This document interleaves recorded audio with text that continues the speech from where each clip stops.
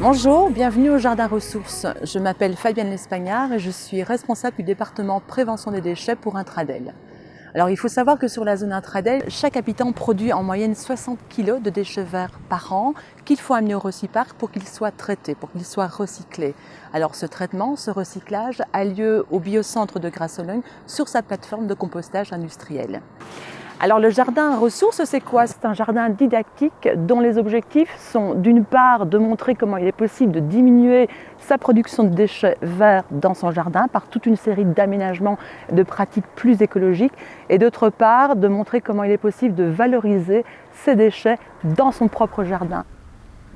Une des techniques de valorisation des déchets verts est le BRF, c'est-à-dire le bois raméal fragmenté. Alors, c'est quoi au juste le BRF? À quoi ça sert? C'est ce que nous allons voir ensemble.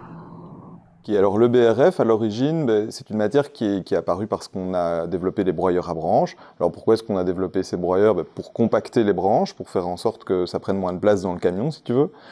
Et cette matière s'est révélée très intéressante. Tout d'un coup, ça commence à chauffer, on sent que la vie se met là-dedans, c'est très intéressant. Alors, il y a un Français qui s'appelle Jean Pin, qui a développé la méthode de compostage de broussailles. Donc on prend cette matière, on fait un tas et puis on développe du compost. C'est cette méthode-là qui est utilisée par les intercommunales, comme par exemple Intradel, pour gérer la plupart de ces matières. Alors, en parallèle, en même temps, des chercheurs canadiens ont développé une autre méthode qui est le mulching. Et donc là, l'idée, c'est de mettre cette matière, un petit peu comme ça se fait dans la nature, en surface du sol, voire de l'incorporer au premier centimètre du sol. L'avantage d'utiliser la matière fraîche, donc le broyat frais, sur le sol ou incorporé au sol, c'est que ça va permettre de stimuler très très fort la vie du sol. Et donc ça va permettre, plus d'ailleurs que si on composte ces branches, de régénérer la vie du sol, de restructurer le sol et de le rendre fertile à nouveau. Quand on met du BRF en automne, au printemps, quand on vient pour implémenter les parcelles de production, la vie du sol a déjà fait son œuvre, elle a aéré le sol. Il y a du carbone qui a été rajouté dans le sol puisque nos sols manquent cruellement de carbone.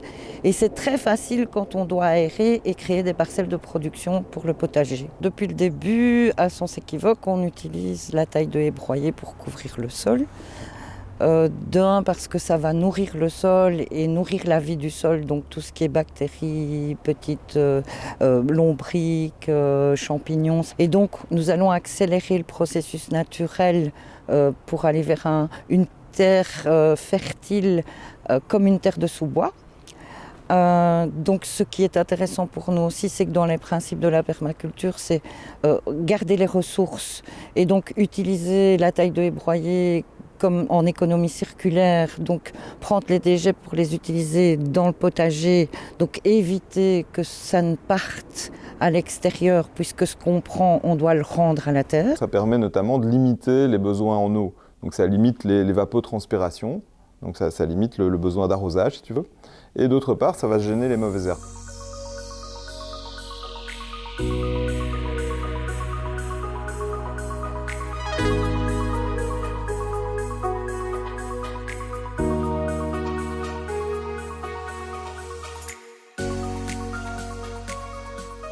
On va utiliser le BRF en mulch, c'est-à-dire qu'on pourrait mettre d'autres éléments, on pourrait mettre par exemple des feuilles d'arbres ou des tontes de pelouse, etc. et on y reviendra.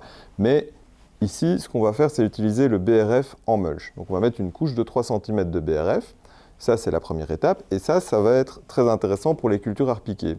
Ensuite, l'année suivante, on va incorporer, mélanger au sol cette matière-là et on va pouvoir semer, par exemple des carottes ou toutes les cultures qui se sèment.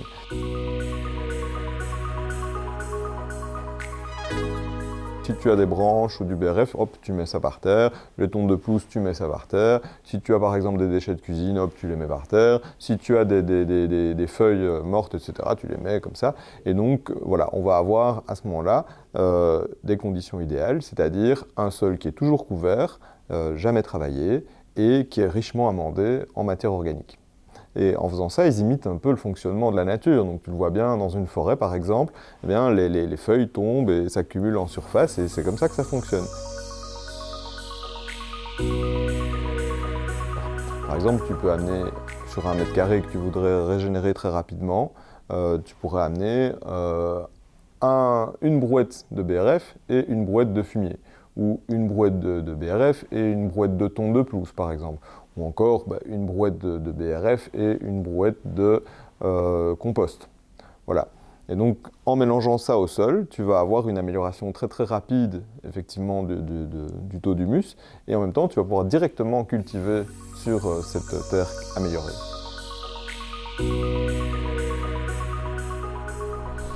Voilà, donc le BRF, on l'utilise assez souvent pour faire des chemins, alors c'est assez agréable au pied, ça permet effectivement d'éviter qu'il y ait des mauvaises herbes qui vont pousser là-dedans. Ça évite également qu'il y ait de la boue, donc on peut marcher avec les pieds plus ou moins au sec même s'il a plu. Et puis c'est complètement biodégradable, donc ça va complètement se décomposer à terme et devenir du compost.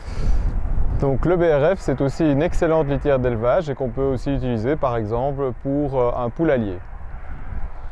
Alors on peut également l'utiliser par exemple pour le mettre dans les toilettes sèches. Alors une utilisation assez classique pour pailler par exemple à la plantation des jeunes arbres. On va alors mettre une couche d'à peu près 10 cm de BRF.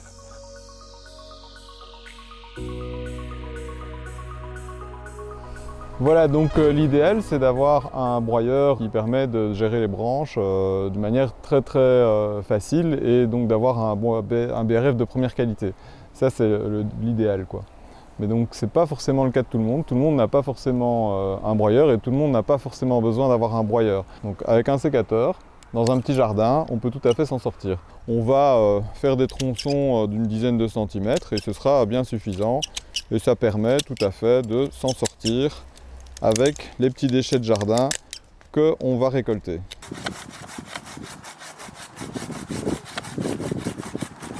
Finalement, le BRF est une technique assez simple, comme nous venons de le voir, pour valoriser soi-même ses déchets verts dans son jardin. Sachez qu'à une plus grande échelle, Intradel produit également du BRF à partir des déchets verts collectés dans ses reciparcs. Donc Quentin, tu es responsable des déchets verts pour Intradel, c'est bien ça? Oui, tout à fait, oui. Ok, alors ici, donc sur le site, tu as des matières qui arrivent de différentes sources, tu peux nous en dire plus? Oui, les 4 sources sont d'abord les reciparcs du territoire d'Intradel. Ensuite, on a les communes du territoire qui amènent aussi leurs déchets de taille. On a des entreprises de parcs et jardins et puis des citoyens. L'ensemble de ce gisement s'élève à plus ou moins 40 000 tonnes de déchets verts par an. Ok, et alors là tu as un process pour transformer tout ça en BRF ou... Nous utilisons une partie de ces 40 000 tonnes, donc plus ou moins 10%. Ce sont essentiellement les branches qui arrivent déjà triées sur le site. Ces branches en fait sont envoyées dans un process industriel basé sur 2 machines, le broyeur et le crible. Le broyeur a un objectif de réduire les branches, la réduction de la taille de la branche, tandis que les cribles servent à trier, suivant la taille de ces branches, 2 fractions. La fraction fine, le BRF fin, et puis une matière un peu plus grossière, le BRF grossier. Super. Et toi, comment est-ce que tu expliques qu'Intradel se soit intéressé au BRF au point de développer une filière? Oui, donc ça fait une quinzaine d'années qu'Intradel collabore avec un centre agronomique ici dans la région. Nous collaborons sur le process, mais également sur l'utilisation de ce BRF. On est très satisfait du résultat durant toutes ces années et nous souhaitons maintenant pouvoir proposer aux agriculteurs, aux maraîchers et aux citoyens ce BRF. Et toi, tu en utilises aussi? J'en utilise régulièrement, avec beaucoup de satisfaction. En résumé, on peut dire que les déchets verts sont des ressources. Alors, plutôt que d'aller au reciparc, utilisez-les. Si vous souhaitez être informé ou vous former aux techniques du jardin zéro déchet, Intradel propose des ateliers, des chantiers participatifs gratuits, ouverts à tous sur son jardin ressources.